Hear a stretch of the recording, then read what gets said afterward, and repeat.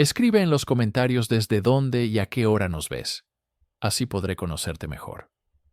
Para apoyar el canal gratis, no olvides suscribirte y darle like. ¿Qué impulsa a una mujer a escalar desde los peldaños más bajos de la sociedad hasta el trono del imperio más poderoso del mundo? No es solo ambición, es una obsesión, una fuerza devoradora que consume el alma y redefine la historia. Hoy no hablaremos de una emperatriz cualquiera, sino de Teodora de Bizancio, la actriz que se convirtió en santa, la cortesana que se ciñó la corona. Descubriremos cómo su insaciable sed de poder, su control absoluto sobre el emperador Justiniano y su astucia implacable la convirtieron en la verdadera gobernante, una maestra de la manipulación que movía los hilos del poder desde las sombras más profundas de Constantinopla. Constantinopla, año 500. El corazón del mundo conocido late al ritmo de las carreras de carros en el hipódromo. Pero lejos de los mármoles del palco imperial, en las entrañas de este coliseo de pasiones, nace una niña destinada a desafiar al destino. Su nombre es Teodora. Su mundo no es de sedas ni de oro, sino de paja, sudor y el hedor de las bestias. Su padre, Acasio, es el guardián de los osos de la facción verde, un trabajo humilde y brutal que apenas garantiza la supervivencia. Desde su más tierna infancia, Teodora no aprende sobre teología o filosofía, sino sobre la crueldad de la multitud y la fragilidad de la vida. La arena del hipódromo es su primera escuela. Allí observa cómo la fortuna de un hombre puede cambiar con la velocidad de un caballo. Cómo el favor del pueblo es un viento caprichoso, y cómo el poder real emana no solo del emperador, sino de la capacidad de controlar las emociones de las masas. La muerte prematura de su padre la arroja, junto a su madre y hermanas, a un abismo de indigencia. Es en este crisol de desesperación donde se forja su voluntad. Ve a su madre suplicar, humillarse por un puesto que les es negado. En la mirada de Teodora no hay solo miedo, hay una llama que comienza a arder, la obsesión por nunca más ser impotente, por nunca más depender de la piedad de otros. El hipódromo, con su ruido y su sangre, le enseña una lección fundamental. La vida es una actuación, y para sobrevivir, y más aún, para triunfar, debía convertirse en la mejor de las actrices. Su desdén por la aristocracia que la ignora se convierte en el combustible de una ambición sin límites. No anhela simplemente escapar de la pobreza. Anhela dominar el mundo que la ha despreciado. Expulsada de la relativa seguridad del hipódromo, la joven Teodora entra en el único escenario que acepta a las mujeres de su clase, el teatro. Pero el teatro de Bizancio no es el de la tragedia griega. Es un hervidero de mímica, burla y espectáculos subversivos que a menudo derivan en la desnudez y el erotismo explícito. Para Teodora, este mundo se convierte en una herramienta de supervivencia y en un campo de entrenamiento para sus futuras batallas por el poder. Su cuerpo es su capital, su ingenio, su arma. Rápidamente, trasciende el papel de simple actriz para convertirse en una de las cortesanas más célebres y deseadas de Constantinopla. No vende solo placer, sino una ilusión de intimidad y poder a los hombres influyentes que la frecuentan. Cada encuentro es un estudio del carácter humano, una lección sobre la vanidad, la ambición y la debilidad de la élite masculina. Aprende a escuchar, a extraer secretos entre susurros y a manipular los deseos de senadores, generales y mercaderes. Su mente se afila tanto como su reputación se oscurece. Procopio, el historiador que la despreciaría, describe sus actos con repulsión, pero entre líneas revela a una mujer con un control absoluto sobre su entorno y sobre los hombres que creen poseerla. Esta etapa no es una caída moral, sino un ascenso calculado. Es la acumulación de conocimiento, de contactos y, sobre todo, de una profunda comprensión de la psicología del poder. Mientras la sociedad la etiqueta y la condena, Teodora está forjando su propia corona invisible, una construida no con oro, sino con los secretos y las debilidades del imperio. El teatro es su crisol, transformando a la hija del cuidador de osos en una maestra de la manipulación, lista para su acto final. En los pasillos del poder se susurra un nombre: Justiniano. No es el emperador, sino su sobrino y heredero designado, el verdadero motor detrás del trono de su anciano tío, Justino I. Justiniano es un hombre de disciplina ascética, intelecto formidable y una ambición que rivaliza con la de la propia Teodora. Es un burócrata incansable, un reformador legal y un devoto cristiano. Su mundo es de orden, ley y piedad. Y es precisamente este hombre, en apariencia el opuesto de Teodora, quien queda irrevocablemente cautivado por ella. Su encuentro no es un mero capricho de un aristócrata por una cortesana famosa. Es una colisión de dos almas obsesionadas con el poder, que reconocen instantáneamente en el otro la pieza que les falta. Justiniano no ve en Teodora a la actriz de reputación escandalosa que ve el resto del mundo. Él ve a través de la fachada, percibiendo una inteligencia despiadada, una voluntad de hierro y una comprensión pragmática de la naturaleza humana que él, desde su posición privilegiada, nunca podría haber adquirido. Ella no le ofrece sumisión, sino un espejo de su propia ambición. Le habla no con la adulación de una cortesana, sino con la agudeza de una estratega. Para Teodora, Justiniano representa la culminación de todas sus luchas. Él no es simplemente un patrón rico, es el camino hacia el poder absoluto. Su obsesión por gobernar encuentra su vehículo. La atracción es tan profunda como peligrosa. La ley romana es explícita. Un hombre de rango patricio, y mucho menos un heredero al trono, tiene estrictamente prohibido casarse con una actriz. Su amor es ilegal, un desafío directo a las tradiciones y a la moral del imperio. Pero para dos personas definidas por su voluntad de reescribir las reglas, la ley no es más que un obstáculo a superar. El amor entre Justiniano y Teodora se convierte en una obsesión que amenaza con hacer temblar los cimientos del imperio. No es suficiente para él tenerla como amante. La quiere a su lado, como su igual, como su esposa y emperatriz. Esta idea es un escándalo, una afrenta para la aristocracia de Constantinopla, y de forma más crítica, para la emperatriz reinante, Eufemia. La esposa del emperador Justino es una mujer de orígenes humildes, una antigua esclava, pero posee una moralidad rígida y un profundo desprecio por el pasado de Teodora. Eufemia se convierte en el principal obstáculo, un muro de piedad y tradición que se niega a permitir que una actriz mancille la púrpura imperial.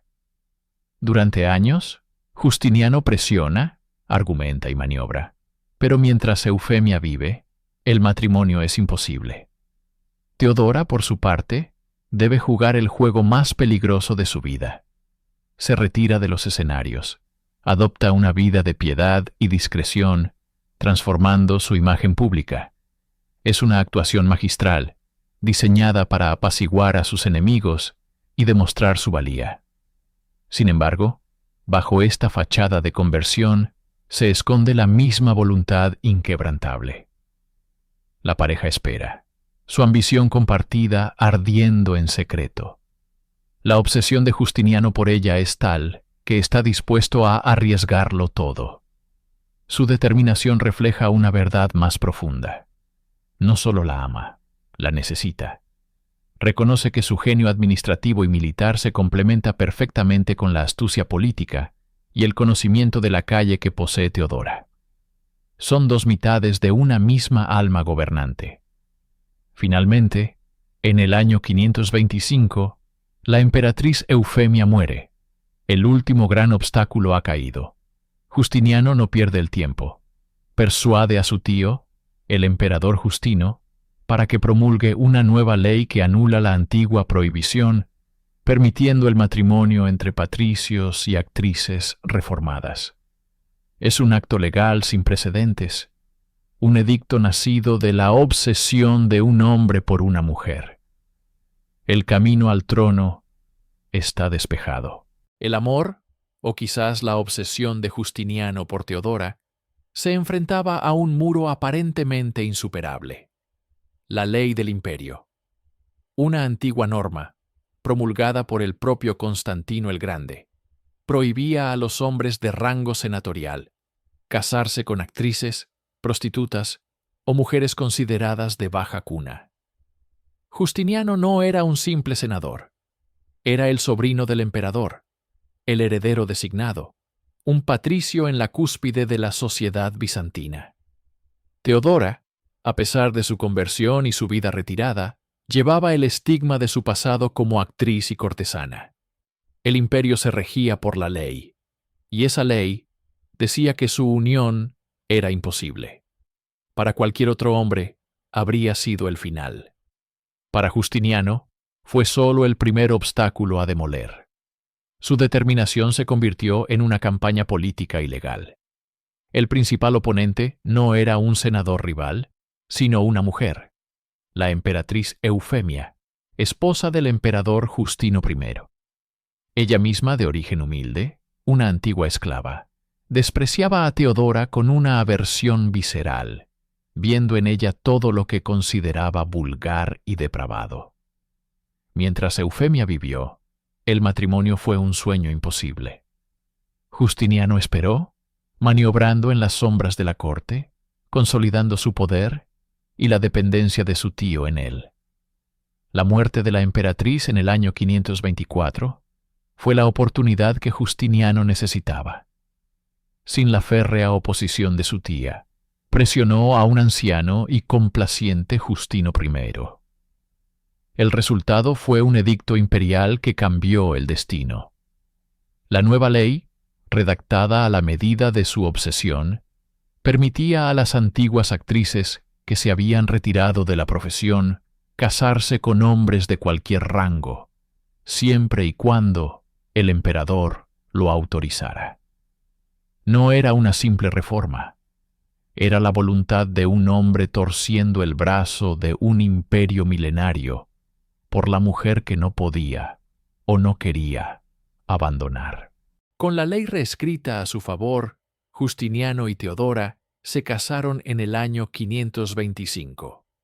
La ceremonia, celebrada probablemente en la gran iglesia de Santa Sofía, fue un evento que sacudió los cimientos de la aristocracia de Constantinopla. Los patricios susurraban, escandalizados de que una mujer del hipódromo ahora compartiera el lecho del heredero al trono. Para Teodora, este momento fue una metamorfosis. El incienso sagrado reemplazó los perfumes baratos del burdel. Los himnos litúrgicos ahogaron los ecos de los aplausos lascivos. Era un acto de purificación, una reescritura de su propia historia. Sin embargo, el verdadero apogeo de su obsesión por el poder y el estatus llegó 2 años después. En 527, el emperador Justino I murió. Justiniano ascendió al trono, pero se negó a hacerlo solo.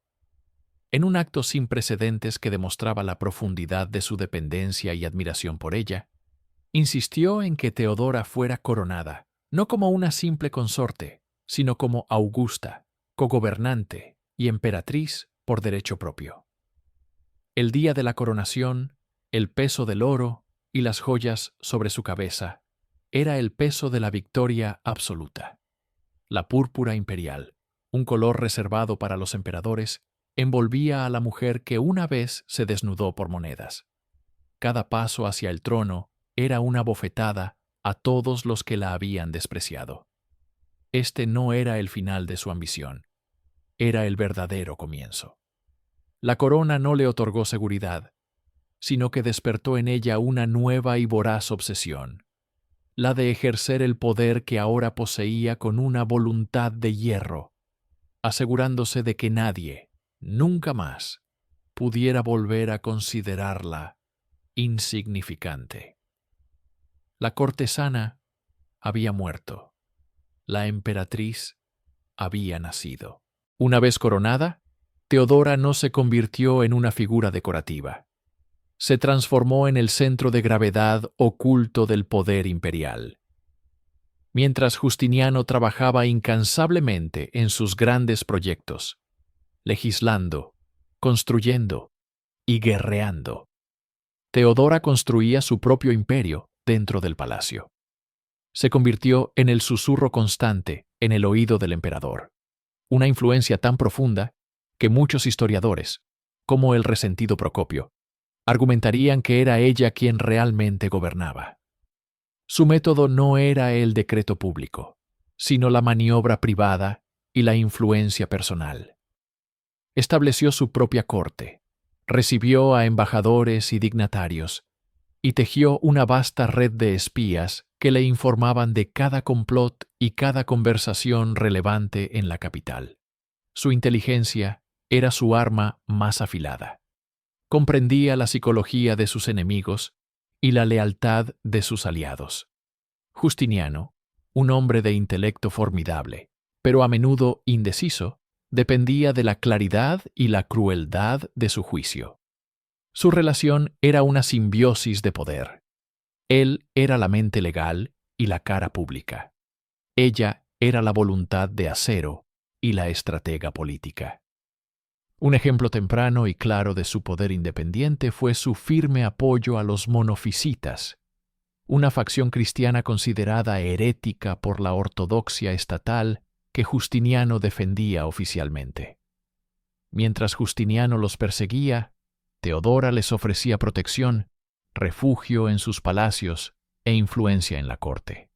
Este doble juego le permitió cultivar una base de poder leal y masiva en las provincias orientales, demostrando que su agenda no siempre era la de su marido. El susurro de Teodora no era el de una amante sumisa, sino el de una socia igualitaria, una estratega cuya obsesión por el control garantizaba la supervivencia y la dirección del trono. Enero del año 532. El infierno se desató en Constantinopla. Lo que comenzó como un enfrentamiento entre las facciones de carreras de carros, los azules y los verdes, se transformó en una insurrección a gran escala. Los disturbios de Nicá. La ciudad ardía, la turba saqueaba las calles, y los senadores descontentos vieron su oportunidad, coronando a un nuevo emperador. Atrapado en el gran palacio, Justiniano se desmoronó. El hombre que soñaba con restaurar la gloria de Roma estaba a punto de huir de su propia capital. Sus generales más confiables, Belisario y Mundus, le aconsejaron escapar por mar, salvar su vida y su tesoro. El imperio estaba perdido. Cuando toda esperanza parecía extinta y la cobardía estaba a punto de triunfar, Teodora se rebeló. En la hora más oscura, su obsesión por el poder se manifestó no como ambición, sino como pura y desafiante voluntad de existir. Se puso de pie ante el consejo de hombres aterrorizados y pronunció el discurso que la inmortalizaría. Rechazó la huida, declarando que no viviría para ver el día en que ya no la llamaran emperatriz. Con una frialdad que heló la sangre de los presentes, afirmó que la realeza era un noble sudario, que prefería morir envuelta en la púrpura imperial antes que vivir como una exiliada. La púrpura, dijo, es la mejor mortaja. Sus palabras fueron como un látigo. Avergonzado y a la vez inspirado por la inquebrantable determinación de su esposa, Justiniano recuperó el coraje. La orden fue dada. Belisario y sus tropas acorralaron a 30.000 rebeldes en el hipódromo y llevaron a cabo una masacre sistemática. La revuelta se ahogó en sangre. Teodora no solo había salvado el trono de su marido, lo había refundado sobre su propia voluntad indomable, demostrando que su negativa a ser una víctima era la fuerza más poderosa del imperio bizantino. Tras el velo de seda y el incienso de la corte, la voluntad de Teodora no era una sugerencia, sino un mandato. Su obsesión por el control trascendía la mera influencia. Se había convertido en un sistema de gobierno paralelo. Mientras Justiniano se ocupaba de las grandes reformas legales y las campañas militares, Teodora se sumergía en la maquinaria interna del poder, engrasando sus engranajes con lealtad y paralizándolos con miedo. No se contentaba con aconsejar, sino que participaba activamente en el nombramiento y la destitución de los más altos funcionarios del imperio. Hombres como el poderoso prefecto pretoriano, Juan de Capadocia, un rival formidable de Justiniano, descubrieron demasiado tarde que el verdadero poder no residía en el favor del emperador, sino en la anuencia de la emperatriz. Teodora, utilizando su astucia y su red de informantes, orquestó su caída de manera espectacular, demostrando que nadie, sin importar su rango, estaba a salvo de su ira. Los historiadores de la época, especialmente Procopio en sus escritos secretos, la describen como una figura más temida que el propio emperador. Sus decisiones eran rápidas, sus juicios implacables. Si Justiniano era la mente legislativa del imperio, Teodora era su puño ejecutor. Gobernaba a través de una mezcla de patrocinio y terror, elevando a sus aliados y destruyendo a sus enemigos sin dudarlo. Su pasado no la había debilitado. Por el contrario, la había dotado de una comprensión descarnada de la naturaleza humana y una total falta de escrúpulos para manipularla. El velo imperial no ocultaba a una consorte dócil, sino a la estratega más letal de Constantinopla, cuya ambición no conocía límites y cuya obsesión era el poder absoluto. La obsesión de Teodora por el poder no se limitaba al plano terrenal. Se extendía profundamente al dominio espiritual. En un imperio donde la teología era política, su devoción a una causa religiosa considerada herética era uno de sus actos más audaces y peligrosos. Mientras Justiniano defendía la ortodoxia calcedonia, que postulaba las dos naturalezas de Cristo, divina y humana, Teodora se convirtió en la protectora incondicional del monofisismo. Esta doctrina, que sostenía que Cristo poseía una única naturaleza divina, era popular en las provincias orientales cruciales como Egipto y Siria. Para Teodora, esta no era una simple diferencia teológica, era una cruzada personal y una herramienta estratégica. Su fe era genuina, forjada en sus años de exilio en Alejandría, pero su aplicación era puramente pragmática. Transformó sus aposentos en el gran palacio, en un santuario y refugio para obispos y monjes monofisitas perseguidos. Desafió abiertamente los edictos imperiales, ocultando a figuras como el patriarca Severo de Antioquía durante años. Esta protección no era un acto de piedad ciega, sino una calculada jugada de poder. Al apoyar a los monofisitas, Teodora se aseguraba la lealtad de millones de súbditos en las provincias más ricas e inquietas del imperio. Creó una base de poder independiente de la aristocracia de la capital y de la iglesia oficial. Su obsesión religiosa era, en esencia, una extensión de su obsesión por el control, un imperio espiritual dentro del imperio terrenal, con ella como su santa y soberana indiscutible. Mientras Justiniano luchaba por la unidad doctrinal, Teodora gobernaba las almas disidentes, demostrando que la fe, podía ser el arma más afilada de todas. Para mantener su puño de hierro y proteger sus intereses teológicos, Teodora necesitaba algo más que la autoridad imperial. Necesitaba información. Su obsesión por el control dio a luz a la maquinaria más eficiente y temida de Constantinopla: su red de espionaje personal. Forjada a imagen y semejanza de su propia experiencia en el inframundo de la ciudad, esta red no se componía de nobles ni de generales, sino de aquellos a quienes la alta sociedad ignoraba.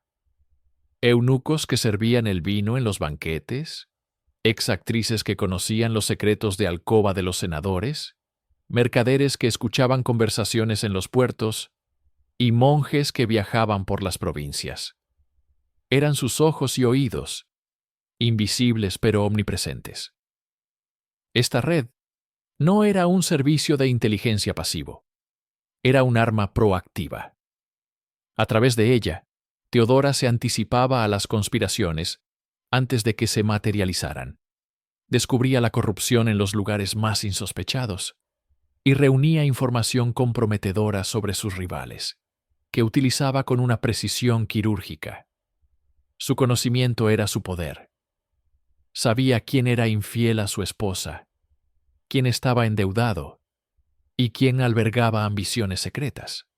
Esta información le permitía manipular, chantajear y controlar a la élite del imperio, de una manera que Justiniano, con todo su poder legal, nunca podría. El palacio se convirtió en una jaula de cristal, donde cada susurro llegaba a oídos de la emperatriz. El miedo a su omnisciencia era palpable.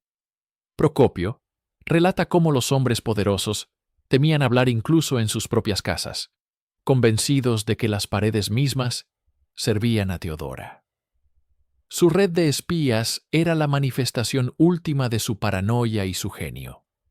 Una telaraña tejida con los hilos del secreto y el miedo, con ella, la araña imperial, en el centro. Ninguna relación ilustra mejor el método de gobierno indirecto de Teodora que su vínculo con Antonina, la esposa del gran general Belisario. Antonina era el espejo de Teodora. Ambas compartían un pasado humilde en el mundo del espectáculo, una inteligencia formidable y una ambición sin límites. Pero mientras Teodora ascendía al trono, Antonina se convertía en su agente más leal y eficaz en la esfera que a la emperatriz le estaba vedada: el ejército. Su amistad era una alianza estratégica. Teodora veía en Antonina una extensión de su propia voluntad, una herramienta para controlar al hombre más popular y potencialmente peligroso del imperio. Belisario era un genio militar, amado por sus tropas y aclamado por el pueblo. Un héroe así podía convertirse fácilmente en una amenaza. A través de Antonina, Teodora se aseguró de que eso nunca sucediera. Antonina acompañaba a su marido en sus campañas, pero su primera lealtad no era para él, sino para la emperatriz. Informaba a Teodora de cada movimiento, cada conversación y cada posible signo de deslealtad. Fue Antonina, actuando bajo las órdenes directas de Teodora, quien orquestó la deposición del Papa Silverio en Roma, un acto de audacia política y religiosa que sirvió a los intereses monofisitas de la emperatriz. La relación entre las dos mujeres era un microcosmos del poder de Teodora.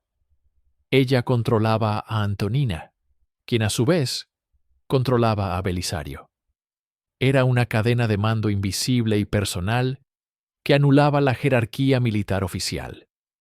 Cuando la popularidad de Belisario alcanzó su cenit tras la conquista de Italia, fue la influencia combinada de Teodora y Antonina la que provocó su humillante llamada a Constantinopla.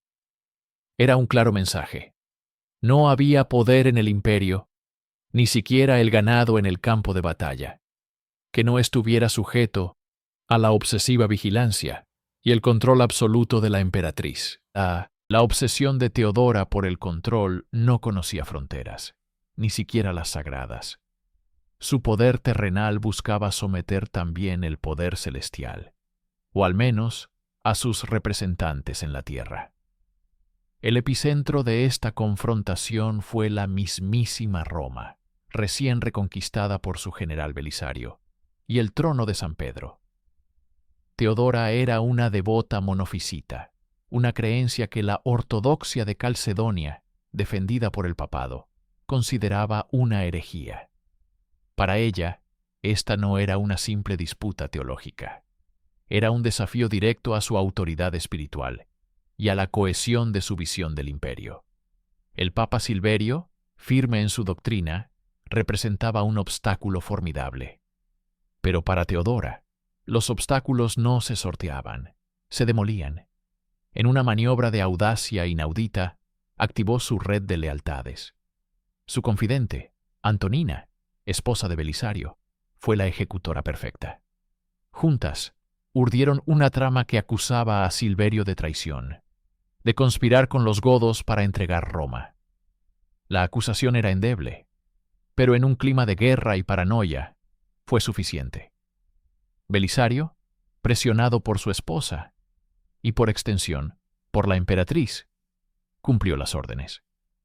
Silverio fue arrestado, despojado de sus vestiduras papales, y exiliado a una isla remota, donde moriría en la miseria.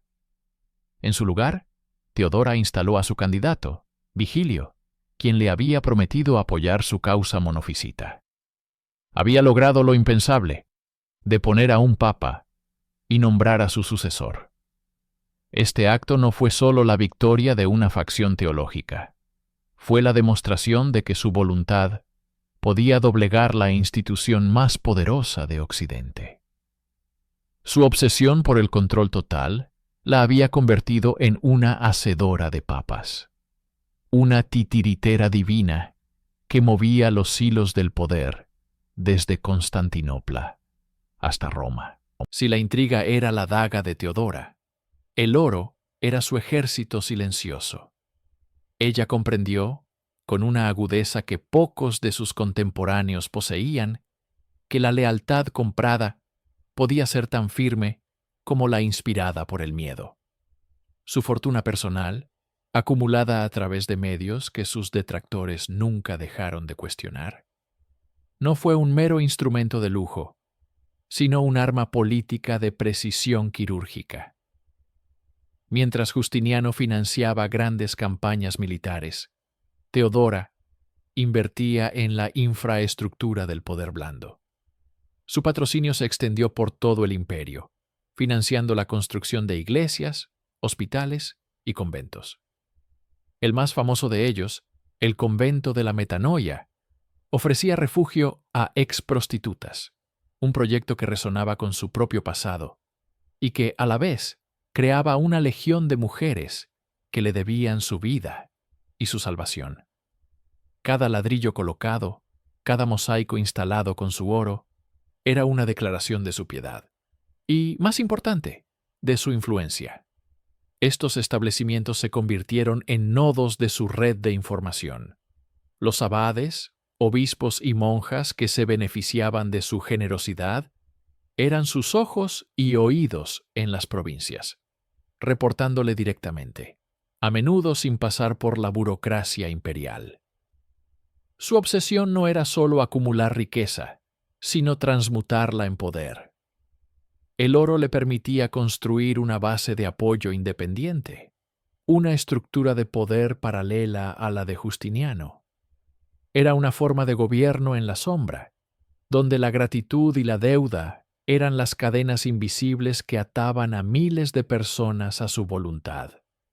A través de la filantropía estratégica, Teodora no solo lavaba su reputación, sino que forjaba un imperio dentro del imperio, uno que respondía únicamente a ella. En el año 541, una sombra apocalíptica se cernió sobre el Mediterráneo. No era un ejército bárbaro, sino un enemigo invisible y mucho más letal: la peste bubónica. La plaga de Justiniano llegó a Constantinopla y la transformó en un osario. Los cuerpos se apilaban en las calles, el comercio se detuvo y el tejido de la civilización comenzó a deshilacharse. En medio del caos, el propio emperador Justiniano cayó enfermo, postrado por la fiebre y los bubones. El imperio de repente quedó sin cabeza.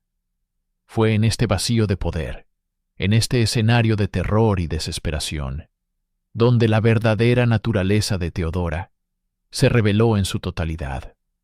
Su obsesión por gobernar, antes ejercida desde las sombras, se convirtió en la única fuerza que mantenía unido al imperio. No huyó, no se escondió en sus aposentos, se plantó en el corazón de la tormenta. Con Justiniano delirando entre la vida y la muerte, Teodora asumió el control de facto del gobierno. Las órdenes seguían fluyendo desde el palacio, pero ahora llevaban su sello implícito. Gestionó la crisis con una eficiencia de hierro, organizando la retirada de cadáveres, asegurando la distribución de los escasos alimentos y manteniendo en funcionamiento la maquinaria del Estado. Los generales y ministros, que antes podían resentir su influencia, ahora dependían de su firmeza. En el momento más oscuro del imperio, cuando el miedo podría haber provocado un colapso total, la voluntad de Teodora fue el único pilar que se mantuvo en pie. No gobernaba por derecho divino ni por linaje, sino por pura fuerza de carácter. La peste, que diezmaba a su pueblo, le brindó la oportunidad de demostrar que su ambición no era solo un deseo egoísta, sino una capacidad real para liderar cuando el mundo se desmoronaba. El poder de Teodora no solo residía en sus acciones, sino también en su memoria. Era una memoria larga, precisa y absolutamente implacable.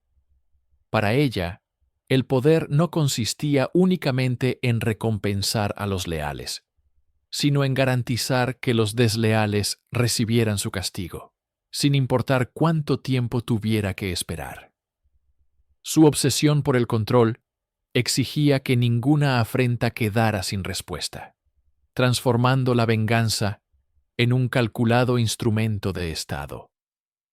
El caso más emblemático fue el de Juan de Capadocia, el poderoso prefecto del pretorio. Era un hombre brillante pero corrupto, y uno de los pocos que se había atrevido a oponerse abiertamente a su matrimonio con Justiniano, considerándola indigna.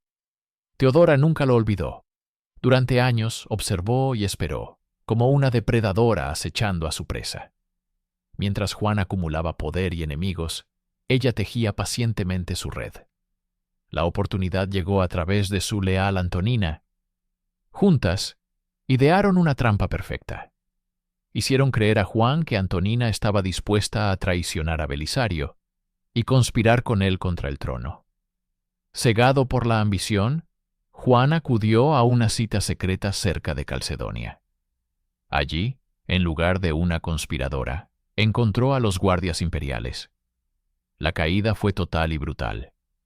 Teodora no se conformó con el exilio. Orquestó su humillación completa. Fue despojado de su inmensa fortuna, tonsurado y forzado a ingresar en el clero como un simple sacerdote, un destino que él aborrecía. Este acto fue una lección para toda la corte.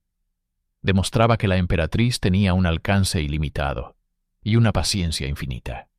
Su enemistad era una sentencia de muerte política, y ella era a la vez la jueza, el jurado y la verdugo, capaz de esperar años para ejecutar su veredicto con una frialdad escalofriante. La obsesión de Teodora por el poder no se limitaba a la supervivencia política. Se transformó en una cruzada para reescribir las reglas de un mundo que la había despreciado. Desde su trono, recordaba perfectamente la vulnerabilidad de las mujeres en los estratos más bajos de la sociedad. Esta memoria no era una debilidad, sino el combustible de su más profunda reforma. Con Justiniano como su instrumento legal, Teodora se embarcó en una campaña legislativa, sin precedentes, centrada en aquellas a quienes el sistema había olvidado. Impulsó leyes que prohibían la prostitución forzada y ordenó el cierre de los burdeles de Constantinopla, comprando la libertad de las mujeres esclavizadas en ellos. Para las que no tenían a dónde ir, fundó la Metanoia, un convento en la costa asiática, que ofrecía refugio y una nueva vida. No era un simple acto de caridad, era una declaración de intenciones, una forma de borrar las cicatrices de su propio pasado al sanar las de otras. Sus reformas fueron más allá. Modificó las leyes de divorcio para otorgar a las mujeres más derechos sobre sus propiedades y la custodia de sus hijos. Aumentó las penas por violación, declarándola un crimen capital, y otorgó a las mujeres el derecho a heredar propiedades, un cambio radical en la patriarcal sociedad romana. Cada edicto era un golpe contra la estructura que la había oprimido. No estaba simplemente gobernando, estaba impartiendo una justicia retroactiva, utilizando su poder absoluto para proteger a las que no tenían ninguno. Era su forma de controlar el pasado, de asegurar que ninguna mujer tuviera que soportar el mismo camino que ella había recorrido. Su obsesión por la justicia era, en esencia, una obsesión por la redención, no solo para ella, sino para todo su género. Haber alcanzado la cima del poder no apaciguó el alma de Teodora. Por el contrario, intensificó su miedo a caer. La obsesión por el control, que la había salvado durante la revuelta de Nicá, mutó en una paranoia helada que se extendió por los pasillos de mármol del gran palacio. Teodora veía conspiraciones en cada susurro y traición en cada mirada desviada. Para proteger su posición y la de Justiniano, tejió una red de espías y confidentes, más intrincada y eficiente que cualquier otra antes vista en el imperio. Sus agentes estaban en todas partes, en los mercados, en el Senado, en el ejército e incluso en los aposentos más privados de la nobleza. Ningún secreto estaba a salvo, ninguna lealtad se daba por sentada. El miedo se convirtió en su principal herramienta de gobierno. Quienes caían bajo su sospecha, justificada o no, enfrentaban consecuencias rápidas y terribles. El poderoso prefecto pretoriano, Juan de Capadocia, un hombre cuya corrupción y arrogancia rivalizaban con su habilidad, fue uno de los muchos que sintieron la ira de la emperatriz.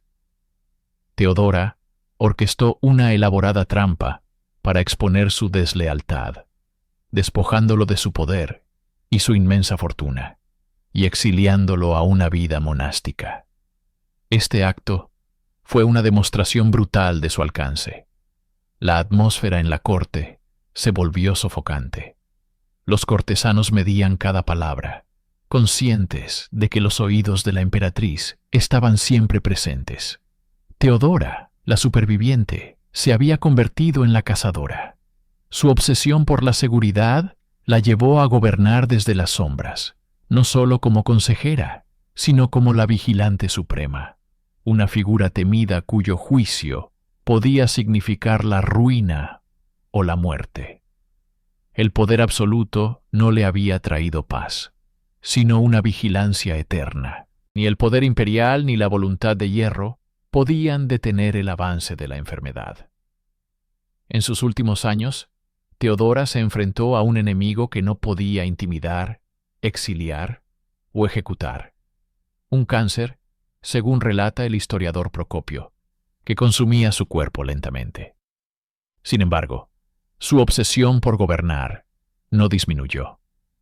Desde su lecho, que se convirtió en el nuevo centro de poder del imperio, continuó manejando los hilos del Estado con una determinación feroz.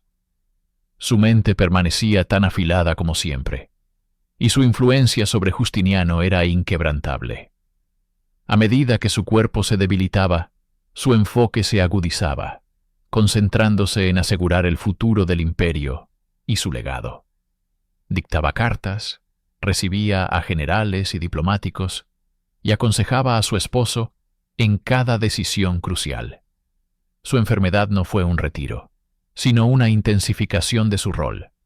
Sabía que su tiempo era limitado, y cada momento se dedicaba a consolidar las políticas que había defendido, especialmente su protección a la facción monofisita de la Iglesia.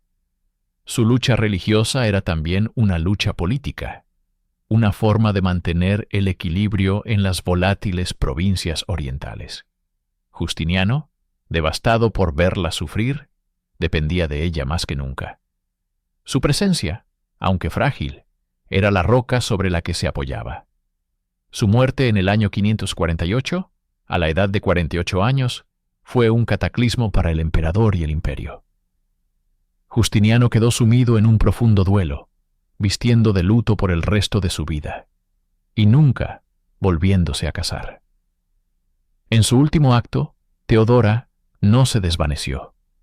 Se grabó a fuego en la mente de su emperador, asegurando que su voluntad y su visión lo guiaran incluso desde la tumba. Su control trascendió la vida misma. La muerte de Teodora no fue el final de su historia, sino el comienzo de su leyenda, una leyenda tejida con hilos de santidad y pecado. Su legado es una paradoja que define la complejidad del poder y la memoria histórica. Por un lado, la Iglesia Ortodoxa Oriental la venera como Santa Teodora.